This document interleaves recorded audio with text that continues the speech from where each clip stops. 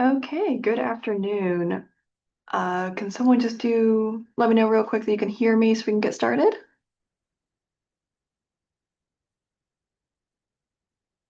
I can hear Great. you. Thank you. Much appreciated. So, hi, my name is Ansley Stewart. I'm one of the clinical librarians at Cornell Health Sciences Library, and we're going to talk about getting started with EndNote today. This is actually the first time we're going to be talking about starting with EndNote 2025, which is the most recent version of EndNote and the one that the university just subscribed to. Um, so if you're completely brand new, I'll show you how to download that quickly. But mostly our training is going to go over three parts of using EndNote. Is part one is how to get references into your EndNote library, and when I say EndNote library, EndNote calls their files libraries. So just to translate a few of their odd uses of terminology. Part two of our session today will be how to best use your EndNote library and get everything organized and so that you're able to share with other people and have everything backed up securely. Um, and then part three is how to use EndNote in your Word document.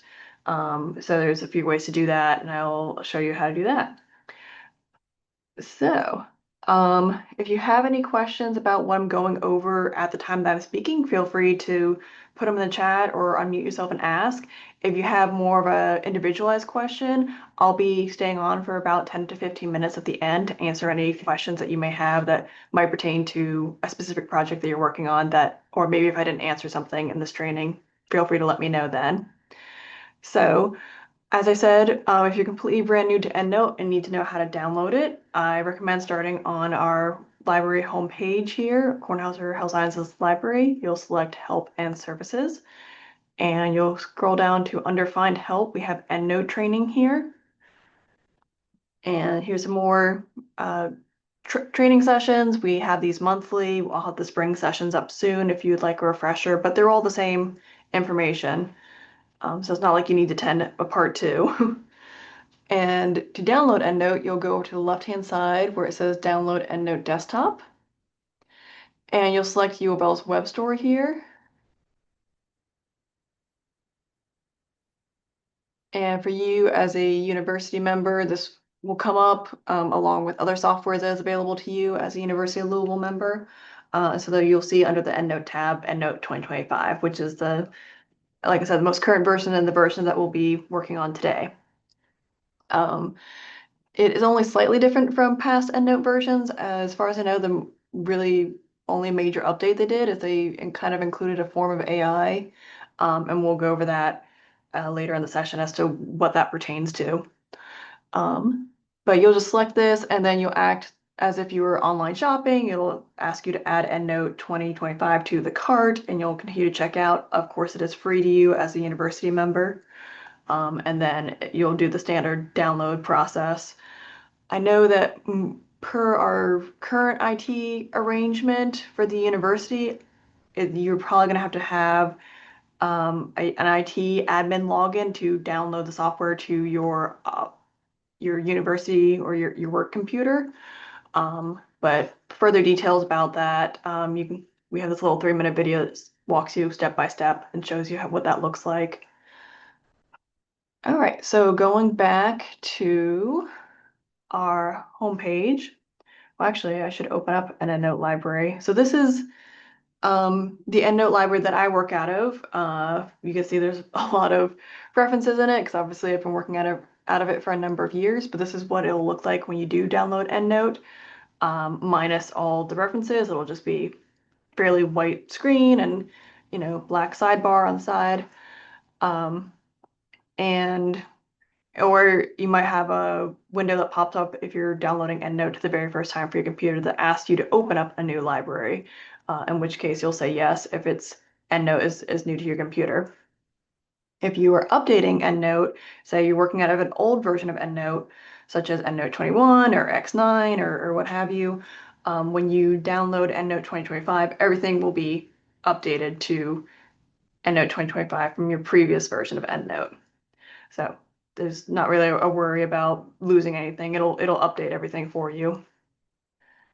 So moving on to part one of our training, how do you get references into EndNote? So there is the option of using the online search here on the left-hand side in your EndNote library. So if I were to select PubMed here, you can see that there are search bars where I can search for specific references. You can search for reference, and then when the reference list of results comes in, you can drag and drop that reference and put it into your all references if you wish to add that to your EndNote library. That's about as far as I go in teaching that process of adding references in, because this is a very clunky way of adding references into your EndNote library.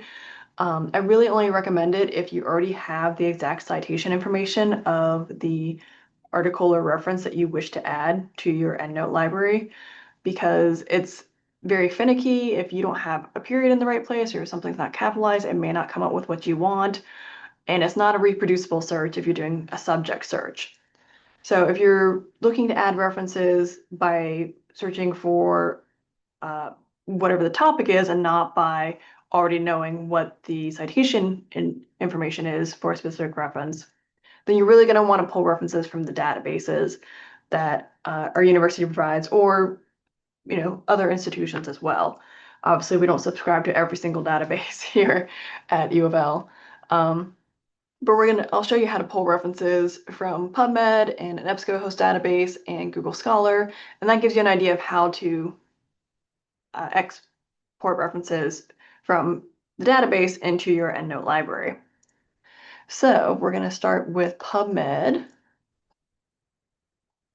And let's say that our running example today is that we're going to write a paper on lung cancer. So when you're in PubMed and you'd like to add a reference to your EndNote library, you click on the result that you would like to add. Obviously decide whether it's good enough for adding to your EndNote library and you wish to keep it for a later time. And you'll click Send To under the search bar here, Citation Manager, because EndNote is a citation management program, and Create File. And it will then download the reference file to your web browser. So wherever that is, I'm using Google Chrome. And so I double click the reference open from my web browser, and it will then open in my EndNote library. It kind of did so silently behind the scenes here, so I will open my EndNote library so you can see it has now been downloaded or imported into my EndNote library here. So this is the same article that I downloaded from PubMed. So going back to PubMed, we can download more references if we wish. You can see the little checkbox here and the search results. And so if we wish to download 5, we can do that as well. I think the maximum number of references you can download at one time in PubMed is about 2,000 at a time. And it might be 10,000 now. They keep increasing the number. But either way, you would just select the references you wish to download and do the same thing as before. Click Send To Citation Manager and click Create File. And then even though you've asked it to download multiple references, it will still download as a singular reference file to your web browser.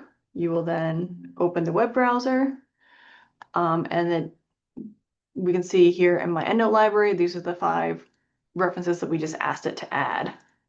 So the most recently imported reference. I'm actually going to back up a little bit and realize that I should just be adding these to a new EndNote library so we can work out a fresh one together. Sorry, I kind of skipped that step. So I'm going to go to File, New, and this is again this is to model opening EndNote on a new library. On a new computer, as if I imagine a lot of you are.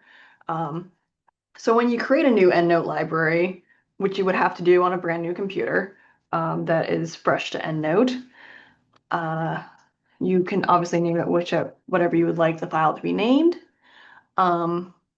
As I spoke before, EndNote library, that's what EndNote calls their files. So when I say library, I mean EndNote library, I mean file. for EndNote. And then you're going to want to save it to your actual hard drive of your computer, or it can be an external hard drive if you wish, but it has to be your computer's actual hard drive. It cannot be to a cloud system. So I know a lot of people have their whole desktop backed up to a cloud system now, usually through Microsoft or Apple. But that is not going to work for EndNote. EndNote can be backed up, and I'll show you how, to its own cloud system. But a lot of these, obviously, producers of various softwares, kind of like to be siloed in gathering your data, and so therefore they're only compatible with their cloud system. So, as I said, you really have to save your EndNote library to an actual hard drive, and not have it backed up to an external cloud system. So don't have it backed up to SharePoint, don't have it backed up to um, Apple Cloud, don't have it backed up to Cardbox or Box or Dropbox. This also goes for don't have it backed up to a network drive, whether I know a lot of people use the N drive or the U drive at the university. Um, and then I will show you how to safely back up your EndNote library to EndNote's cloud system, so that way it's synced up, and you don't have to worry about losing anything. But as I said, EndNote is only compatible with its own cloud system, so please don't save it to an external cloud system, because eventually it's going to either disconnect or your files are going to become corrupted in the sense that you can't open them and attach them to your Word document. And there's unfortunately nothing that myself or the people who work for EndNote can do that.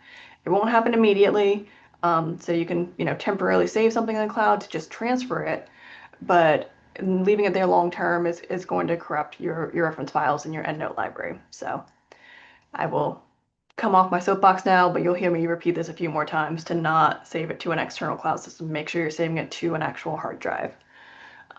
So in my own words, I'm going to save my EndNote library that we're now opening to my documents folder on my computer, again, to the hard drive.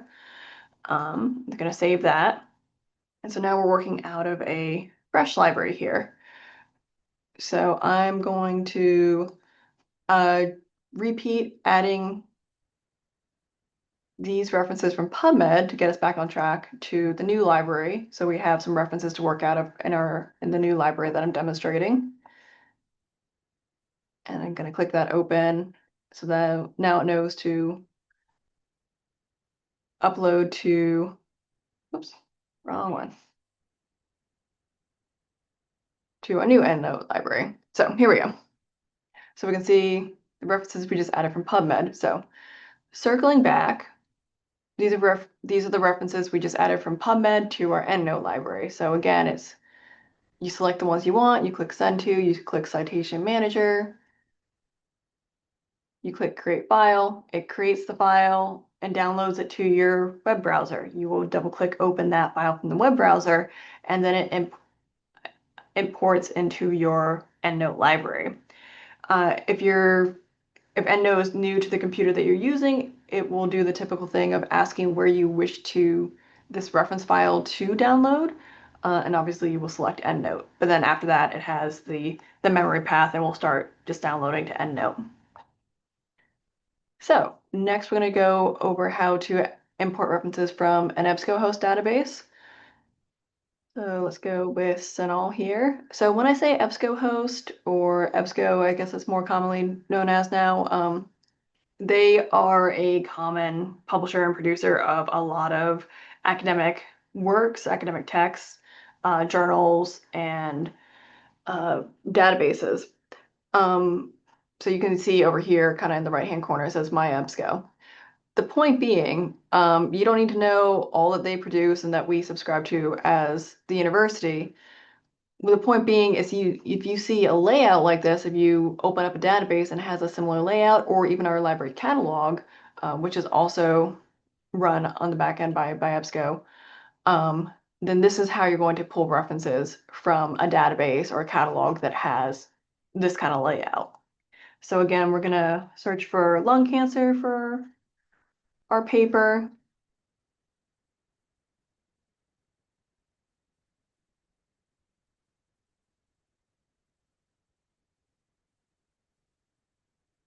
And we'll just click the first paper here.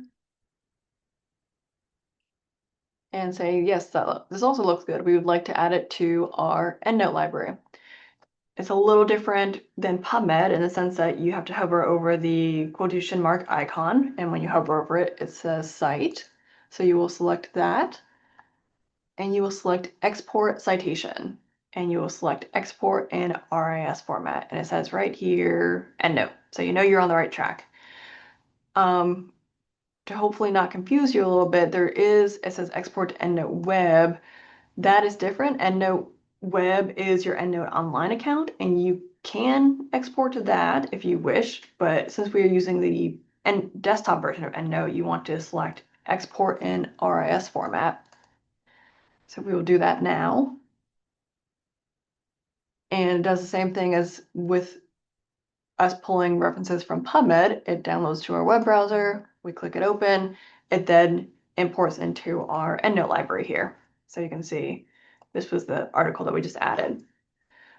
So again, when you are adding references from a database or a catalog that has this layout and you want to select the quotation mark or cite as when you hover over it, and select export citation and select export in our RIS format. And then it does the same thing of downloading the reference file and you clicking it open and it importing itself into your EndNote library.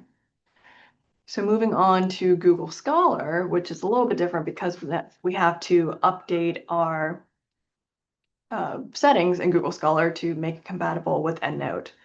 So when we do our search for lung cancer in Google Scholar, you can see right here on my version of Google Scholar, it says import into EndNote. If you were to go onto Google Scholar right now without having done the settings, you wouldn't see anything right here under each search result.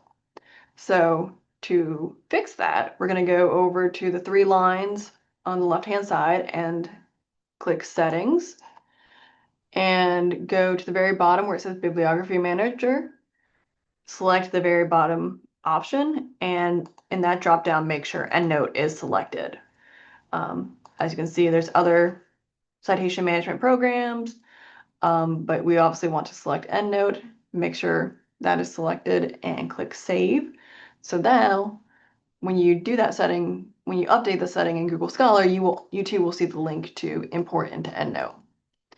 So when I click on import, whoops, Google's having an issue. When I click import into EndNote, it does the same thing as with the other databases, which is downloads to our web browser. We click it open, and then it imports into our EndNote library here. So you can see the article that we just added from Google Scholar. And some people get a little worried that when they're adding in references that they're only seeing the most recent reference that they added and not all of them. But don't worry, EndNote doesn't delete anything without you telling it to do so. So you can just click on all references and see here's all the references we've downloaded from the other databases as well. EndNote only deletes something when you tell it to, so you can right click or you can drag and drop over to trash, and even then it'll just stay in the trash until you empty out the trash.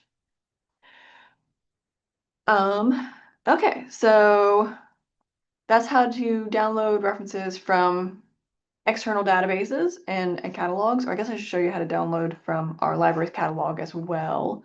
So let's say we're doing lung cancer search for the library catalog. So this it's not a database. It's not searching, for external databases. It is also including what all we have access to through paid subscriptions through the library. So this includes, articles and books and a whole bunch of other types of mediums. So if you wish to add a reference from a book from the library catalog, you will select the book that you wish to add and do the same thing as I was showing you with other EBSCO databases. You do click on Cite and click Export Citation and export in RIS format. And open that, import into EndNote, and there we go. So now we have a book reference in our EndNote library here. But of course, unfortunately, not all references that we need are going to have a uh, generated reference file that we can download and add to EndNote. Especially things like websites, you're never really going to find a reference file for that to download. You're going to have to create that yourself. And of course, EndNote takes this into account. So to create your own reference, you're going to go to the clipboard icon in your EndNote library, and you can see the kind of clipboard looking icon with the little plus symbol on it. And when you hover over it, it says add a new reference. You will select that. It will open up a new window here. And you're going to select which reference type you're creating a reference file for. So as you can see, there's dozens of different reference types, the different mediums. Um, and really EndNote kind of takes everything into account. So artworks, bills, dictionaries, films, government documents, grants, music, manuscripts, social media. Down here is web page, which is what you would want to select if you're creating a reference for a website.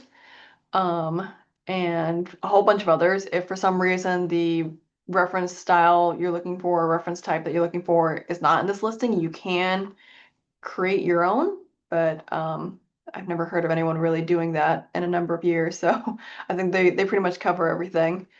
So let's say we are creating a book. We're just going to make up a book for ourselves to add to our EndNote library. And I'm vain enough that I'll say that I wrote it. And then this is to show you that when you select the reference type, it'll tell you the different text boxes to fill out with pertinent identifiable information for that reference. Um, and you want to try and fill out as much information as you possibly can. So for book, volume number, and if the ISBN, the international identifying numbers for books, and if there's you can add in your own research notes if you wish. But do try and fill out as much of the pertinent information as you can, because obviously the different citation styles require different formatting for the paper that you're writing. So this is really handy for if you are writing a paper that you're hoping to publish or try to publish in multiple journals. They might require different citation styles, and those citation styles require different identifiable, citation information from the reference. So some, especially if you're doing things like website, they'll ask typically for an access date or when was it last published or edited for the website. For books, especially textbooks, it's really important to include which edition it is, who the editors are, in addition to the authors, um, and things of those nature. Obviously, date. I'm just going to fill out a few pieces of information here, but as you can see, it'll take as little information as you give it, but you want to try and flesh out your reference as much as you can. So when you put in all of the pertinent information and about the reference that you have, you'll click Save, and you can exit out of that window when it is saved, and you can see our new reference is now part of our EndNote library here. And so you can see there's not a whole lot of information to go off of on the right-hand side here. Um, and here's what our reference would look like in APA formatting, whereas if I changed it to American Medical Association formatting, it changes it to that style. So you can see, if you've included all the pertinent information and what it would look like if you were to add it to your Word document. So that is part one of our training, how to get references into EndNote. We're going to move on to part two of our training, how to best use our EndNote library and just do some background setup so that way you have things properly saved and syncing to university proxies so you have access to all that you have as a university member. So first, I'm going to go back to our web browser and show you how to create your EndNote Online account, which if you haven't done so already, EndNote will now require you to do so. Um, So thanks to Ellie for putting in the uh, URL here. So you'll want to go to www.myendnoteweb.com, and you do have to include www for that to get there. Um, or if you want to just copy the link from the chat that Ellie posted and save it for later, that's fine too. But this is how you're going to create your EndNote Online account if you don't already have one, or just how to log in as well. This is obviously the login page. So first-time users, you will register. You'll put in your email and create a password. This login is different from anything else that you have at whatever, either the hospital or the university here. You don't have to use your work email or your university email if you don't wish to. You can use your personal email if you wish. Just obviously remember it for login purposes, and this is how it's going to contact you if, there's updates, or if you contact EndNote's IT themselves, they're going to ask you for your login information and send you the IT ticket on that. So obviously first and last name and the CAPTCHA, and you'll hit register, and it will send you the verification email to make sure that it wasn't, done so by bots or what have you. So once you've done the registration and you've received the registration email and verified and come back to this login page, then obviously you will put in the same login information and click sign in to verify that you can log into your EndNote Online account. They are now requiring, as you can see by this window, they're now requiring you to update the password every 180 days. So I need to do that myself. And it will be blank when you log in for the first time if you have not previously synced an EndNote library to your EndNote Online account here. So you'll see this. You can ignore the left-hand side with all my different groupings because as you saw from my first EndNote library at the beginning of the session, I've been working out of this for a number of years. So this is what it'll look like when you log in for the first time. And so that's great, but this is just you logging into your EndNote library. We now need to go back to your EndNote Online account. We now need to go back to our EndNote library on our desktop and sync that to the EndNote Online account so that way everything is nice and backed up. So I'm going to go back to my main library here and show it to you because I've previously done so. So when you download EndNote 2025 to your computer, you're doing the whole checking out process through the university's web store. It will ask you whether you're downloading EndNote to a Mac operating system or Windows operating system.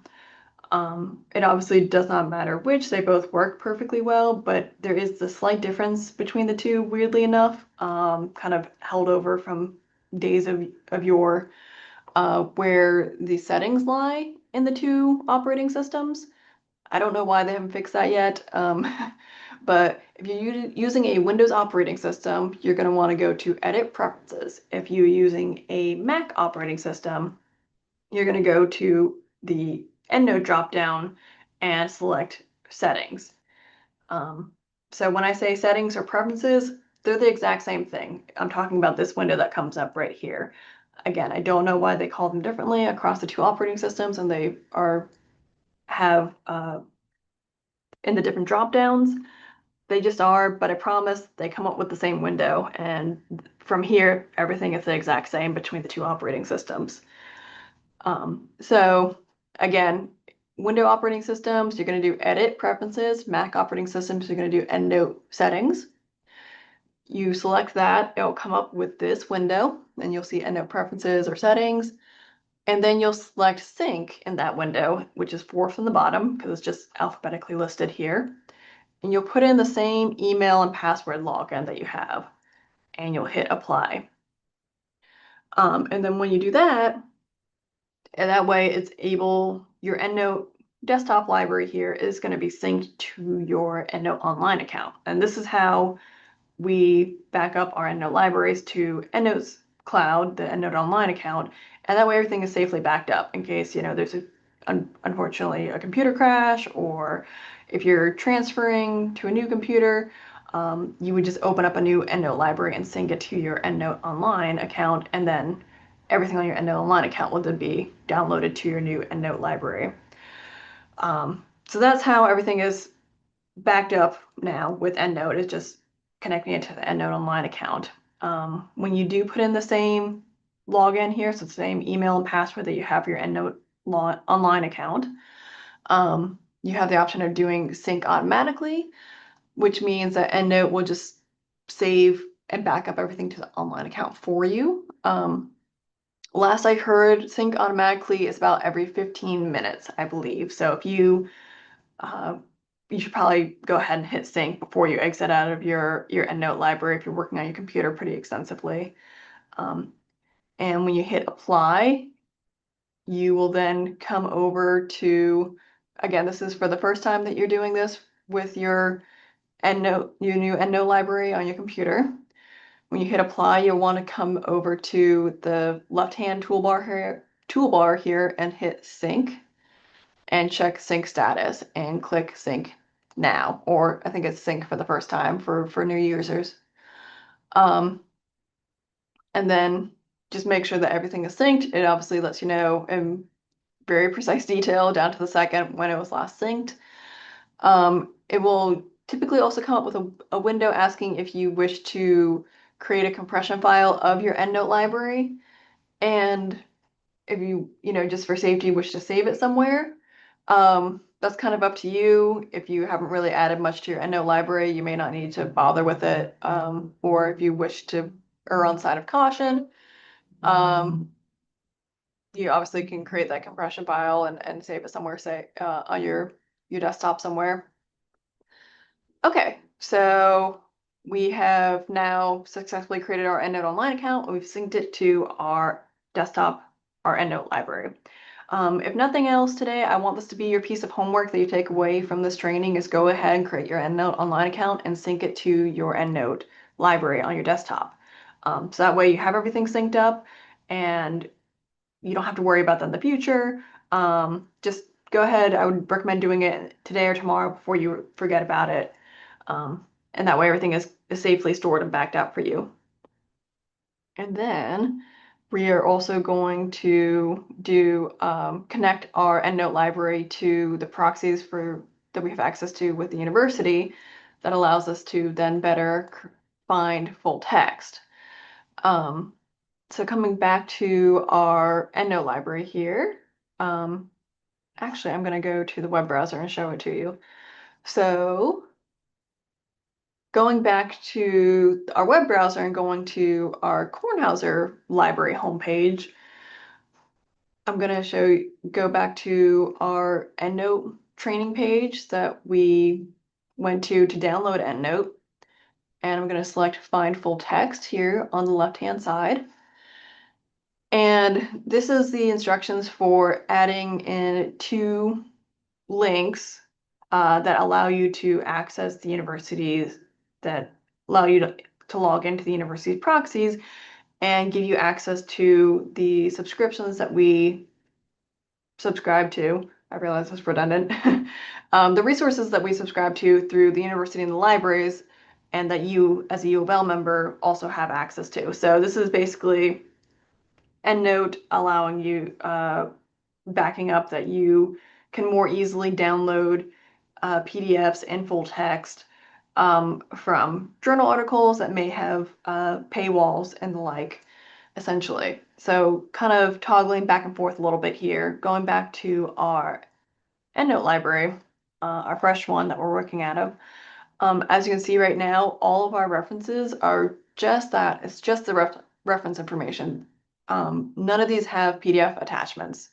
And EndNote has really handy find full text tool that helps find some of the PDFs and adds them to the references, so you don't have to go in and do all the hand adding of the PDFs.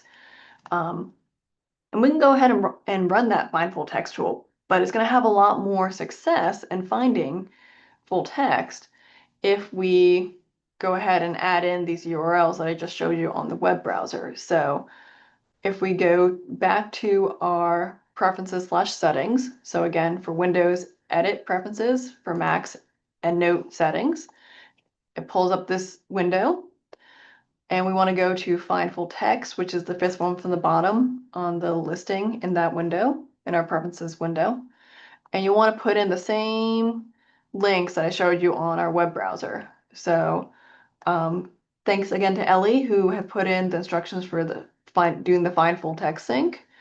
So you can just click on that and obviously do that at a later time because you're busy watching this tutorial and you can do this at a later time.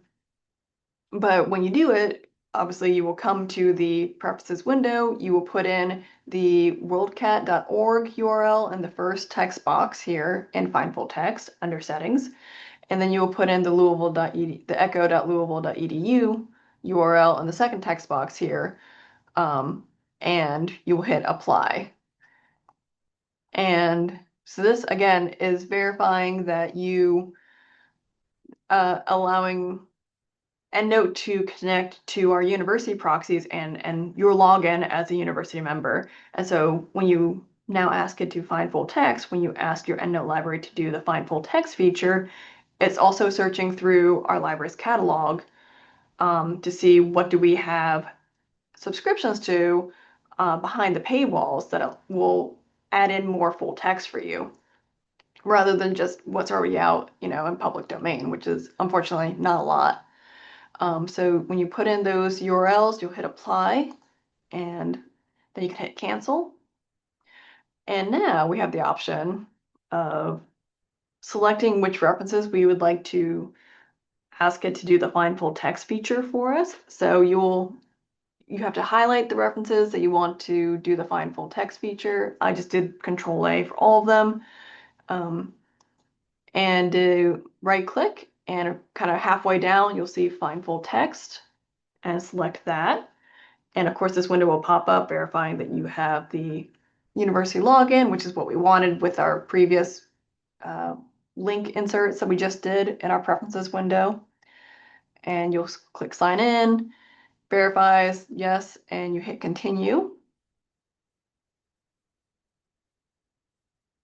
And so now, when you do that, over on the left-hand side, the find full text pop-up is here, and you can see it's searching for 5. It's found 1 PDF. It's found a full text via URL for 1, and it has not found 4.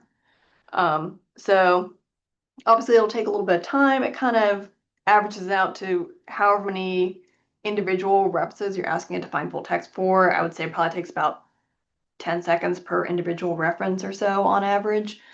So if you're asking it to find a large group of finding full text, then it might be a good time to just let EndNote run and try and find the full text, and you can take a break from your computer and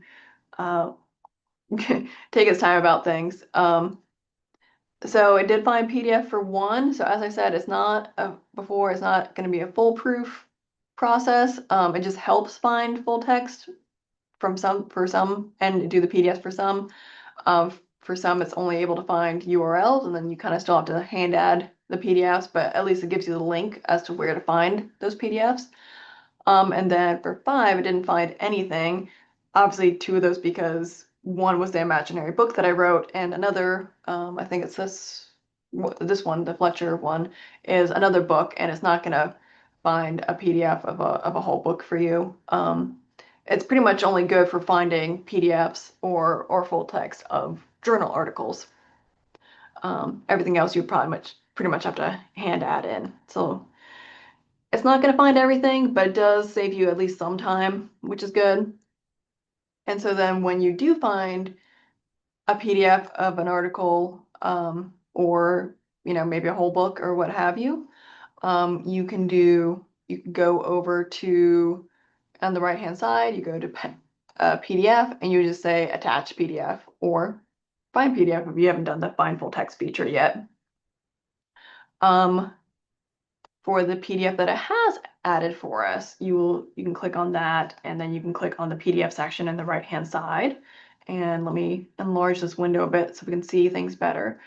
Um, so here's where the new version of EndNote 2025 AI kicks in.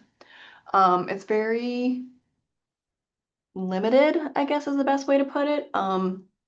So the big thing that EndNote was advertising with their new update, so it used to be the old, most current version of EndNote was called EndNote 21. And it's everything that I'm showing you now, everything is still the same.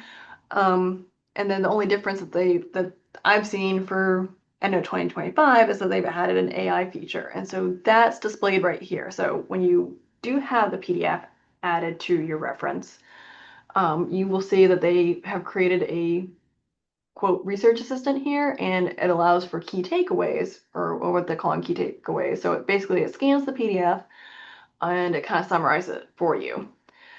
I will say, and I haven't had a whole lot of time to play around with this, but as I said, it seems pretty limited. So opening up my primary EndNote library, just looking at the key takeaways and other PDFs that I've had, um, when I click on them to see them, it will create, as you can see, generating key takeaway of the PDF. Takes a few minutes to scan the document and I guess create a summarized notes about it. And then I will click on another document to say, okay, what does it say about that PDF? Um, and I've seen it do the thing where it doesn't actually update the key takeaways. Sometimes it just maintains the notes from the previous PDF. Um, and as you can see, it's pretty much the same formatting for each one. I think it gives a sentence or two summary and then says additional topics discussed in this document are 3 bullet points here. So if that's useful to you, that's great. I haven't encountered any key takeaways produced by EndNote that aren't more informative than just reading the abstract of the article, I guess is what I'm trying to get at. I haven't found it more useful than just reading the abstract of the article. But every uh, you know, tech software now has to have some kind of AI element to, I guess, seem relevant. And so this is EndNotes. So that's my opinion on that matter. So if it helps you, that's great, but I don't think there's a whole lot that's been added to the new version with the AI feature. So moving on, and then it kind of is a little bit in the way of actually reading the PDF. So I'm going to exit out of the AI key takeaway feature. And then you also have the option of creating your own notes in the PDF, which is really handy. So when you add the PDF to the reference, there is the kind of square looking chat box here. When you hover over it, it says markup/annotation. And you can do things like add a sticky note or highlight, underline, or strike through. And so you can do a highlight, you know what I mean. So if I highlight the first sentence here, this text, this note and or highlight will appear. I can click save changes to this PDF and then it'll save those notes for me. So whether that's the highlights or sticky note or other editing right here. So you can save your notes on the PDF and you can come back to it at a later time with those notes still saved. So that's really why we kind of recommend EndNote for a number of reasons. It's really one of the more better citation management tools for more in-depth research and particularly as you get more into the sciences. Because if you do ever do a systematic review, programs like Covidence are really only compatible with EndNote in terms of adding references and whatnot. But it also is kind of a one-stop way of keeping all of your references organized. So it keeps all the reference information there, it keeps the PDF and your notes on the PDF. And then, of course, it also allows you to do in-text citation and write up the bibliography.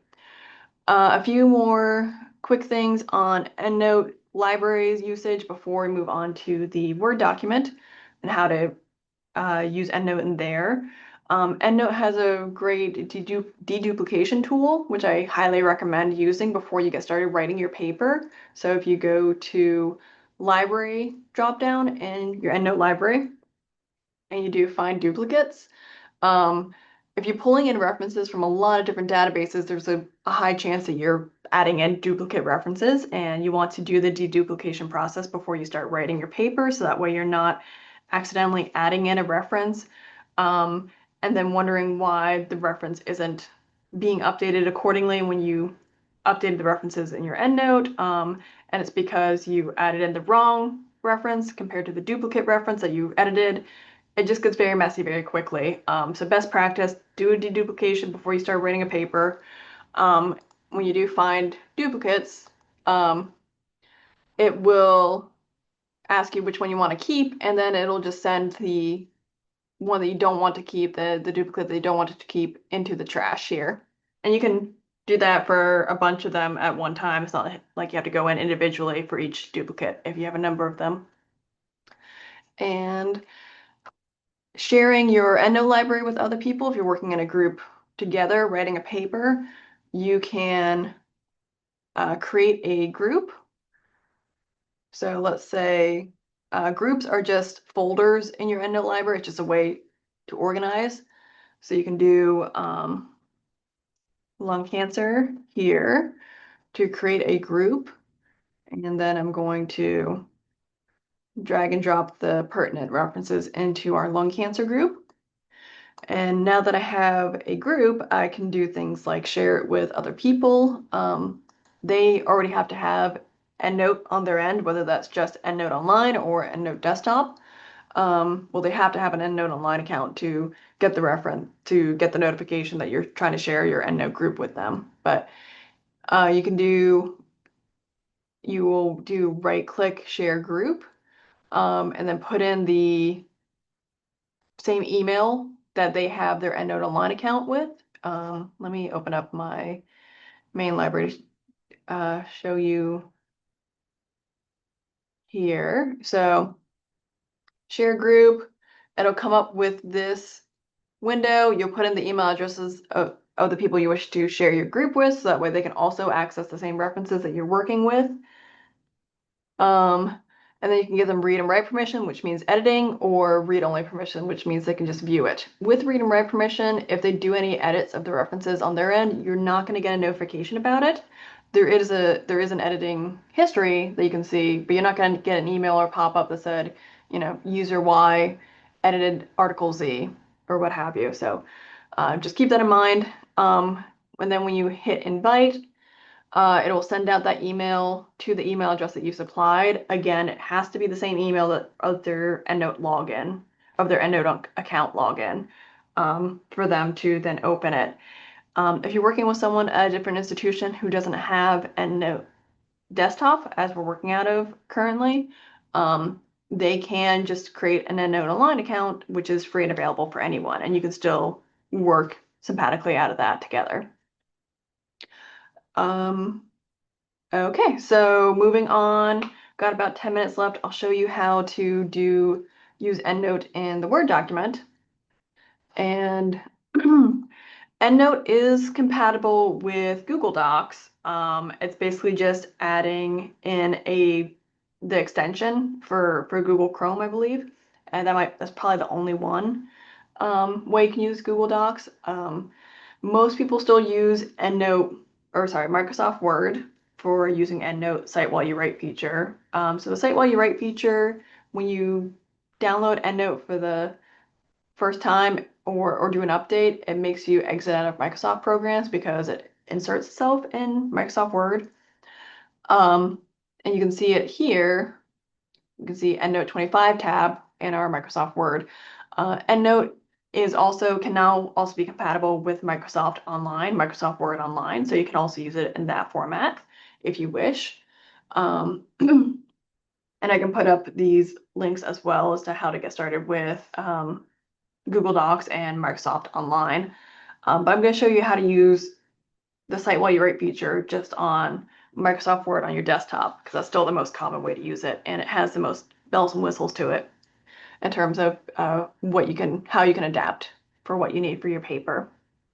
So, first sentence. And we go, hey, that's great, but it needs a citation. You can do so by clicking Insert Citation drop down here. And so you can do Insert Citation or Insert Selected Citation. So for Insert Citation, it comes up with a window and it pulls up all of the references that you already have to have in your EndNote library here. And you can search through your EndNote library just in this window. So we do lung cancer and we click Find. It comes up with all of these possible references that could adhere to the term that you put in the search box. So whatever term you put in the search box, it's just acting as a control find. So it's, you can search by author, you can search by year, you can search by just a phrase or a term. And EndNote tries to go through your references and say, here's that term found in, maybe it's the abstract of the paper or the title or, like I said, the author, what have you. So we're going to click on this article and click Insert.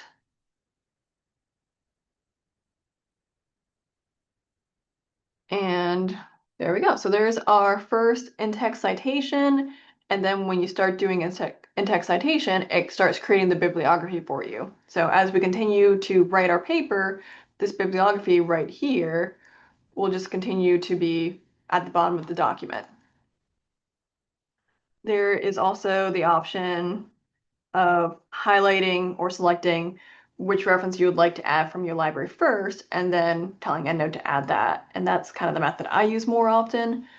So if we highlight this reference in our EndNote library first and come back to our Word document, we can do Insert Citation drop down, Insert Selected Citation, and then you can see it just added the reference here that I highlighted in our Word document.